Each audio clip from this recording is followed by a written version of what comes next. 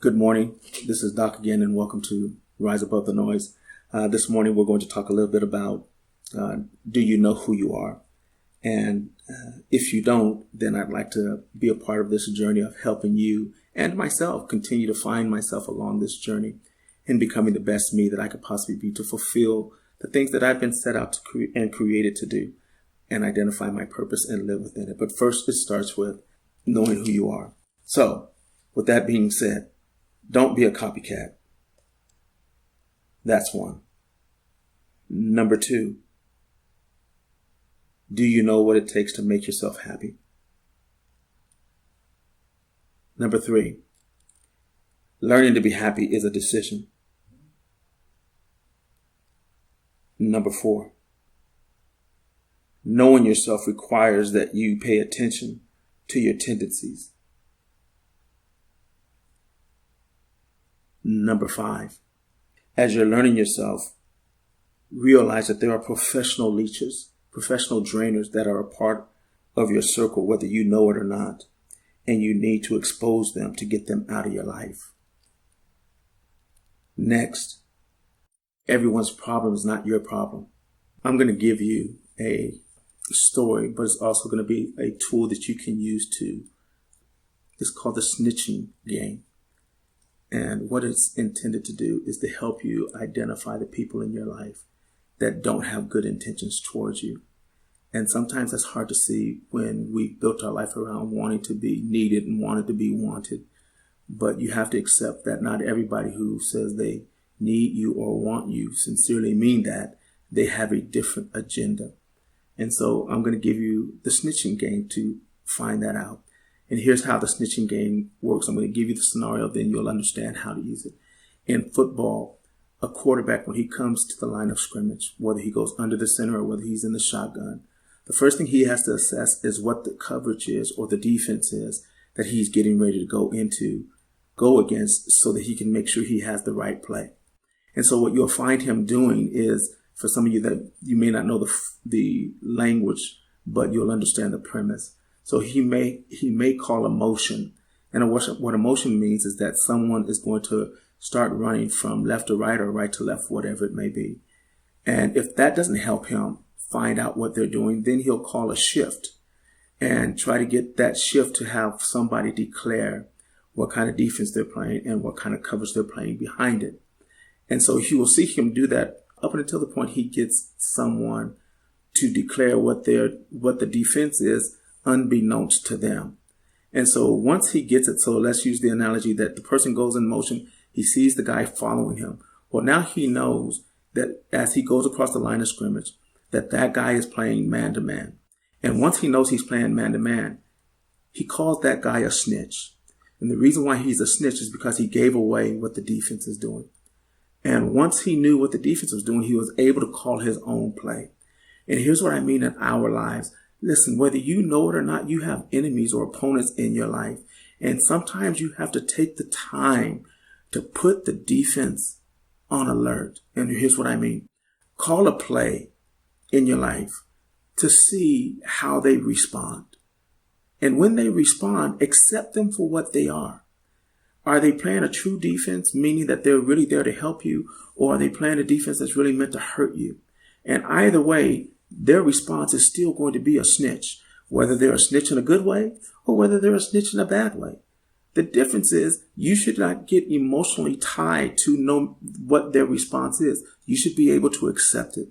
Does it hurt when you find out someone has wrong agenda towards you? Absolutely. But wouldn't you rather know what you're dealing with than to continue to hide your head and deny what you know you see? And so I just want you to be able just have fun with it. Because there's going to be a lot of people who aren't going to hear this and they won't know what you're doing. But just play with people sometimes. You go, yep, you're a snitch. All right, okay, thank you. The first thing they're going to do is get offended. What do you mean I'm a snitch? What are you saying? Well, listen, why would you be offended about something that you know ain't true? That's the first thing that you need to accept about people. People will tell you who they really are when they least expect it. What you have to find the strength to do is accept it. Are you the kind of person that can accept bad news and it not completely discombobulate you and it not completely take you out of whack? or you lose yourself behind it? Are you the person who is happy just pleasing people because you think pleasing people is what you're supposed to do? Or are you a person who is lost and you're trying to find your way? And as you find your way, you seem like you're getting even more lost. I'm talking to you. The reason why you're getting even more lost is because you haven't taken the time to find yourself. And finding yourself requires you to spend some time alone with yourself. And listen, if you don't like yourself, it's hard to spend time with yourself if you don't like yourself. I tell my kids all the time, sometimes I don't like myself. But here's what I found out. No matter where I go, my mind goes with me. So I can't run from me. So can I say to you, you can't run from yourself. You can try to hide it. You can try to deny it. But hiding it or trying to hide it and trying to deny it, it doesn't change the fact that you know the truth.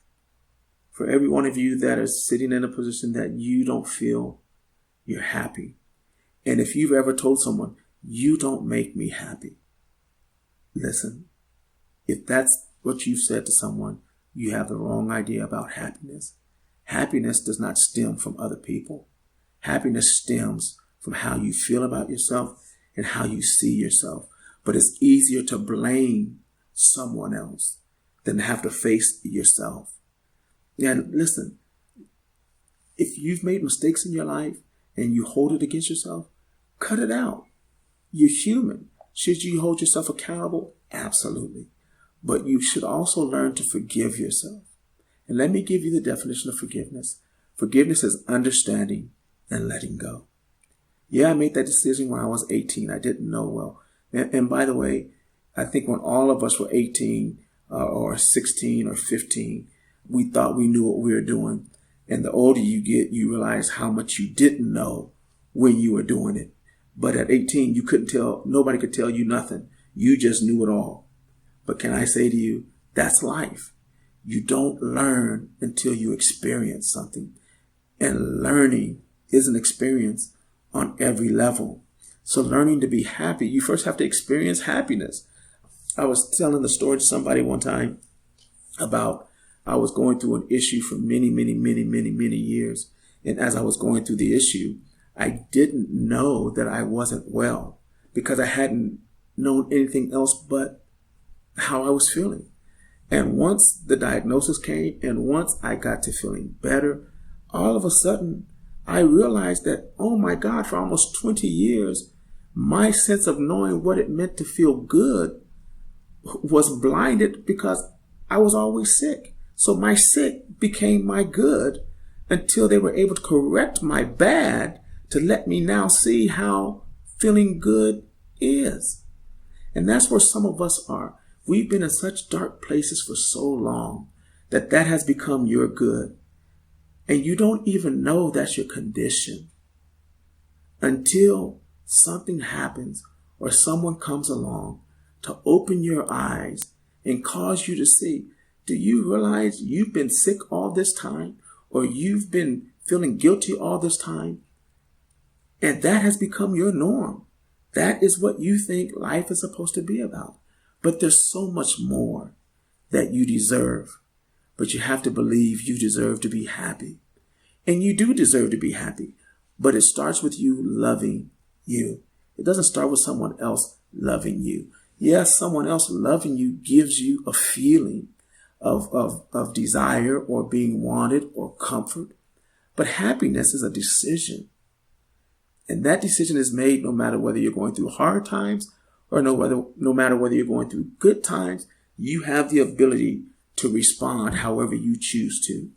That is your decision. The next thing I'd like to say to you is you have the opportunity to be something special. Do you believe that? And if you don't, why not? You have the ability to be the next whomever, Einstein, Martin Luther King, whoever you choose, you have the ability to be that. Don't let anyone rob you of your future because they decline the ability to grow themselves. There's a saying that some of you will know this and some of you won't. It's by a great philosopher named Rudy Ray Moore. Now, for those of you who know who that is, you'll laugh. And for those of you who don't know who he is, if you look him up, you'll laugh. But he has a saying that he said in 1972, I believe it was in one of his movies, but it impacted me. And so I've altered it to fit my life. By the way, can I say to you that you can learn at every level of life, even in the simplest things, you can learn. And me watching his rinky-dink movie that most people would not ever watch, I learned something that actually applies to where we're going with our program called Touch the Sky, but you know as Rise Above the Noise. But his saying said, shoot for the moon, and if you miss it, hold on to a star.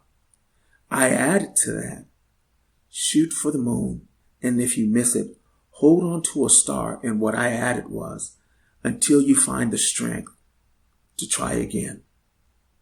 And that's what I listen, you have to find a reason to be renewed. You have to find a reason to be regenerated. In other words, there has to be a motivation. But that motivation should come from within. It shouldn't come from being motivated by other people. And here's what I mean. If you live your life being motivated to do things for people that makes them happy, here's what eventually happens. Is while you're motivated, you're focused and you have clear understanding of what you're trying to do. But after you've accomplished the thing that was driving you, what's next? Usually a decline, because you have nothing now to pursue. But if I'm motivated by being the best me, then every day I have a reason to keep striving, because it's not based on someone else. It's based on me being the best me, and they get to enjoy the benefit of knowing the best me. But that doesn't come until I know who in the world I am. And so having said that, I want to give you just a couple points and we're going to call it a day, because I'm sure you're tired of my voice. And if you're not, I'm not tired of talking, so we can keep going. But the first thing that I'd like for you to write down, again, when I say write things down, clearly I know you're not going to write it down with a pen. I'm going to say, when I say write it down, I mean in the back of your mind, find some space to keep this in. And the first one is all lessons have application. You can learn from anything if you want to. Number 2, you will have enemies when you try to grow and be the best you. And sometimes that enemy will be you. Make sure you know when you sabotage yourself. Pay attention to the details of what you do in hard times and how you respond in what you consider to be good times. Next, you have to live your life with conviction. What does that mean? You have to have something that grounds you. You have to have something that brings you back to balance. That is the core of who you are. Whatever that may be, you need to live your life with conviction. Something has to drive you to want to do right. Well, what do you mean by right? I mean what you know to be right. It's easy to be offended, but it's greater to love those who have offended you. Well, it's impossible. No, it's not impossible, because you didn't ask me what my definition of love was. So I'm going to tell you, when someone offends you, this word for love, it literally means, it has several different meanings. But the one that we're talking about, it means to be inviting. It means to be welcoming. In other words, don't do what they expect you to do. Do what you know is meant for your good. And when I say good, I mean your benefit. So inviting people to see that you can't force me to respond in that way, it will alter them. They may not see it in that moment, but someplace in there, it will be recalled. Wouldn't you love to be a part of someone's history, that they can go back to a point in time and say, you know, somebody, I did this and they responded, and I still don't understand what they did, Well, can I tell you what you did? You learned to be a force for good. Well, what does that mean? You learn to be a symbol of what it means to not make decisions in anger, to not respond in anger, but to be calculated and strategic about what you do and not give someone the authority to make you respond the way they expect you to. You're better than that. So pay attention to your enemies because they will try to trip you up. Make sure you live with conviction because you need it to always have a foundation. And finally, I'm going to say it again until we meet again, until we speak again. Shoot for the moon. And if you miss it, hang on to a star. And then if you can't find the energy, hold on till you find the strength again. Learn every day to touch the sky. We look forward to seeing you next week. Thank you for spending time with us and have an amazing week.